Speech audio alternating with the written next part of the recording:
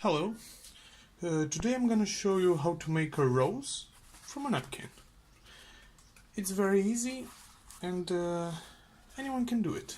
Let me show you. So,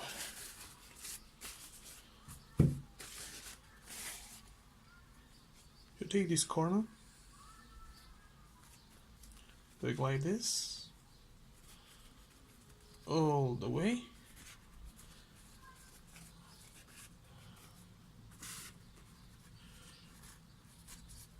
So, it will look like this. Now, with these fingers, you're gonna roll it just like that, all the way, and it will look like this. Now, gonna do it like this.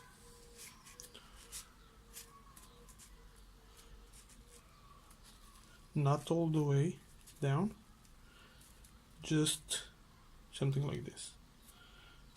And now you have to search the corner, this corner, and this one we're gonna put up here and continue rolling.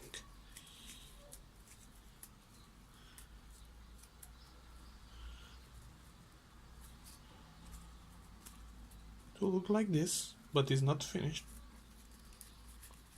So now you top it here, and this corner you're gonna roll it like this, and that's it.